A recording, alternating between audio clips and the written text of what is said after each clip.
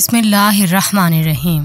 Historical Urdu lab में आप सबको खुशामदीद कहते हैं। इब्राहा काबा से इतनी नफरत क्यों करता था?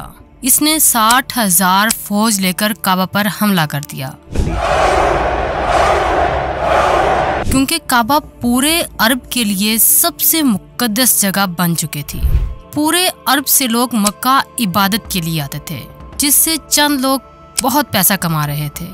इब्राहा को इस बात से बहुत गुस्सा आता था कि गरीब मक्का वाले, ना इनका कोई बादशाह है ना इसकी कोई गवर्नमेंट है, ये क्यों पूरे अरब का सेंटर बन चुके हैं। तो उसने हमले से पहले अपनी सल्तनत यमन के कैपिटल सना में बहुत बड़ा चर्च बनाया ताकि लोग काबा को छोड़कर उसके पास आएं।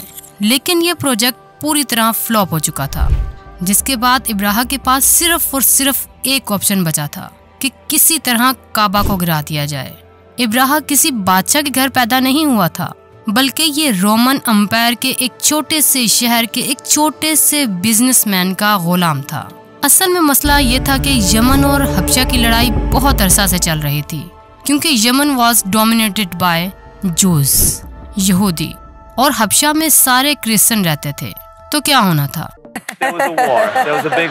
तो पहले यहूदियों ने हमला किया और क्रिश्चियन इलाकों में बहुत तबाही मचाई, जिसकी वजह से सुपर पावर रोमन एम्पायर को बहुत गुस्सा आया। तब भी क्रिश्चियन ही सुपर पावर थे, तो रोमन एम्पायर में हबशा में अपने क्रिश्चियन भाइयों की मदद करके यमन में यहूदियों की सल्तनत हमेशा के लिए खत्म कर दी। और इस काम के लिए उन्होंने अपने ही एक गुलाम को भेजा, जिसका नाम था इब्राहा, जो 1,00,000 फौज लेकर गया और यहूदियों की तबाही मचा दी। इस जीत के बाद इब्राहा बहुत ज्यादा स्ट्रॉन्ग हो गया और उसने यमन को अपने ही मुल्क हबशा से अलग कर दिया। हबशा के बादशाह को इस बात पर बहुत गुस्सा आया। फिर उसने एक फौज भेजी, लेकिन इस बार इब्राहा के खिलाफ नई फौज ने अपने ही जनरल को कत्ल करके इब्राहा के सामने पेश कर दिया और इब्राहा के फौज में शामिल हो गया। इसके बाद इब्राहा पूरे अरब का सबसे ताकतवर बादशाह बन गया और पूरे अरब में उसका इन्फ्लुएंस फैल गया, सिवाय एक चीज के कि हर साल पूरे अरब से हजारों लोग मक्का से काबा की तरफ तवाफ के लिए जाया करते थे। तो इब्राहा ने सोचा कि इसमें कौन सी बड़ी बात है, हम भी एक बना देते हैं। तो उसने अपने कैपिटल में एक आलीशान चर्च बनाया, जिसको उसने पूरे दुनिया के हीरे जवाहरात से भर दिया। ये बिल्डिंग पूरे अरब में सबसे खूबसूरत और आलीशान बिल्डिंग थी। अरबियों ने इससे पहले कोई चीज नहीं देखी थी, लेकिन कोई भी इसकी इबादत के लिए नहीं आया और सब उसी पुराने काबा की तरफ जाते रहे। इतना खर्चा और इतना सब कुछ करने के बाद भी जब इब्राहा फेल हुआ तो उसके पास सिर्फ एक ही ऑप्शन बचा।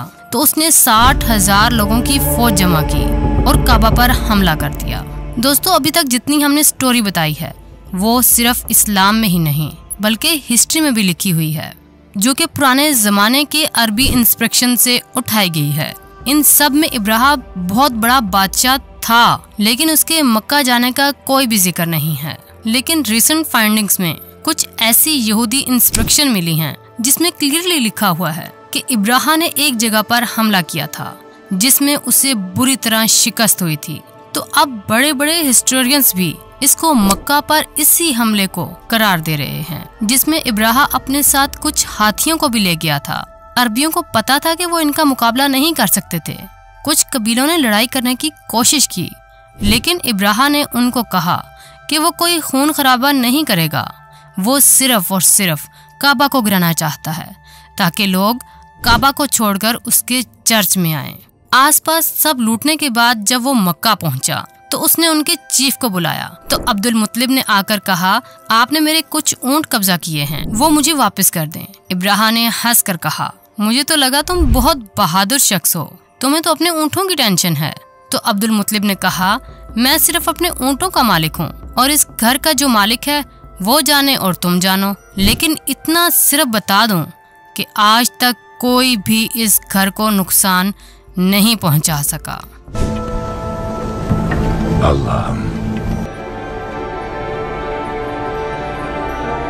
अगले दिन इब्राहा ने अपनी फौज को हमले का हुक्म दिया, लेकिन उसका हाथी रुक गया और बहुत कोशिश के बाद भी वो ना हिला। उसी वक्त आसमान से कुछ परिंदे आए और हर एक के मुंह में एक एक पत्थर था। ये ऐसे परिंदे थे कि उस दिन से पहले ना इन्हें किसी ने देखा और ना उस दिन के बाद किसी ने देखा, और वो इब्राहा की फौज के लोगों को टारगेट कर करके मार रहे थे।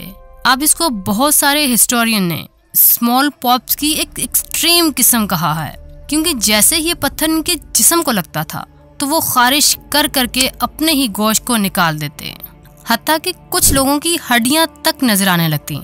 इसी हालत में ये फौज वापस भाग गई और इब्राहा की 60,000 की फौज तबाह बर्बाद हो गई। मक्का के कुरैश की ये जीत पूरे अरब में फैल चुकी थी और कुरैश अरब के नए बादशाह के तौर पर सामने आया। इस वाक़े के बाद पूरे अरब से लाखों लोग काबा के तवाफ के लिए आने लगे और मक्का में हर साल औकास का अजीम और शान मेला सजने लगा। मक्का वालों की दौलत डबल ट्रिपल आसमान से बातें करने लगी। लेकिन इसी साल चूंकि एक दिन ईरान के सबसे बड़े टेम्पल में जो आग सालों से जल रही थी वो बुझ गई, और उसी दिन मक्का में एक यतीम बच्चा पैदा हुआ जिसका नाम था मुहम्मद।